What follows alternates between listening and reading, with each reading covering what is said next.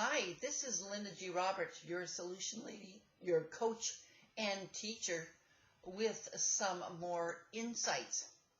As you may know, I'm in the process of selling my house.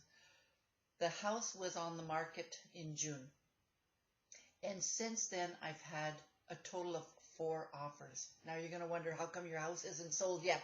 Well, let me tell you. This is a learning experience, I'm telling you. I've never thought I would learn as much as I did. So the first offer, my house was asking, I was asking way more for my house, and the offer came in way too low, and it just didn't work out. Would have been a perfect agreement because they didn't want an inspection. Absolutely no inspection. Then I had the second offer, and I really thought this offer was going to happen. They came in at the price, because I had lowered my price well, not several times, I'm exaggerating, 3 times. And then this offer came in at the right price, and of course, they wanted an inspection. And I thought, okay, no worries. They wanted several things. They wanted, of course, to verify that they had the insurance, the finances, several conditions, including the house inspection and septic tank inspection, so every possible condition that you can imagine. So this one, I thought for sure it was going to be sold, right? It looked good. The conditions were reasonable.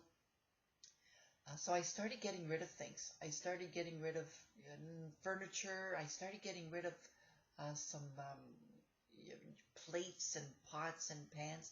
Not everything. I left, obviously things that I could use, but I started selling everything thinking this was going to be it. The date was approaching, and they hadn't done the inspections yet. Finally, they get the inspections done. Make a long story short, they terminated the deal. So lesson learned, even though you think the house is going to be sold and they have all of these conditions, they terminated the deal because the inspection didn't come out as well as they hoped. So I was really, really discouraged. I was kind of, pissed off, thinking, God, I really thought it was sold, and I really didn't understand the entire process of house selling.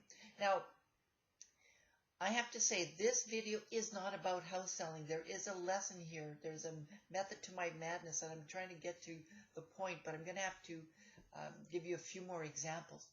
So a few weeks after, I had another offer, and this one came in way too low than my asking price, and without an inspection.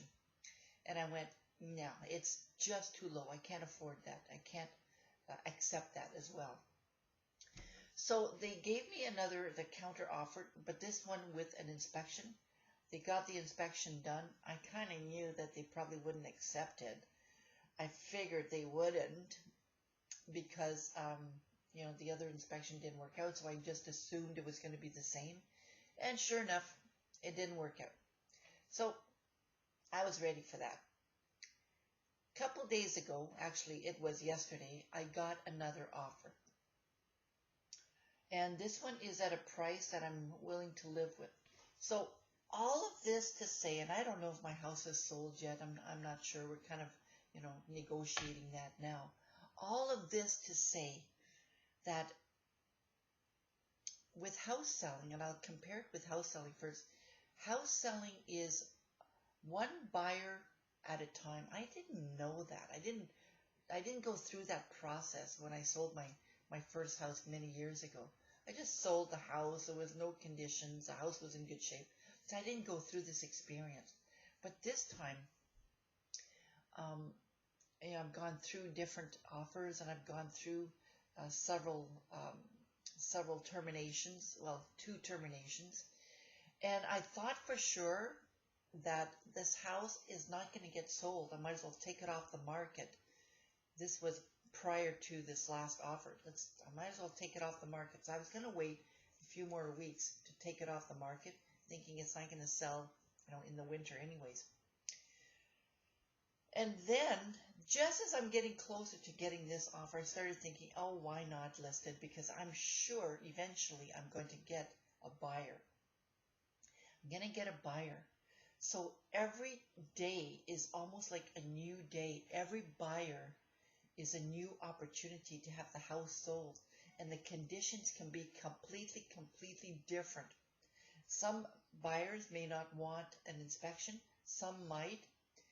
So the lesson that I'm learning here is that assumptions are deadly.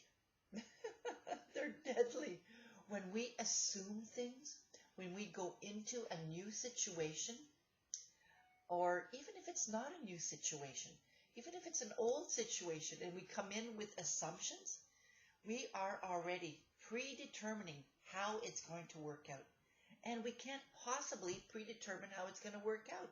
That's impossible because every situation is new. Now, there might be some coincidences, okay? There might be some conditions that are similar, but in fact, most conditions aren't similar. So, big mistake to assume that we know what's going to happen in this situation because it's not.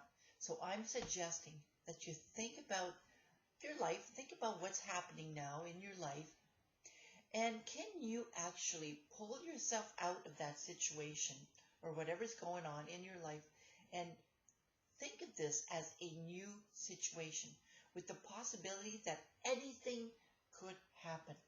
Because in fact, anything can happen.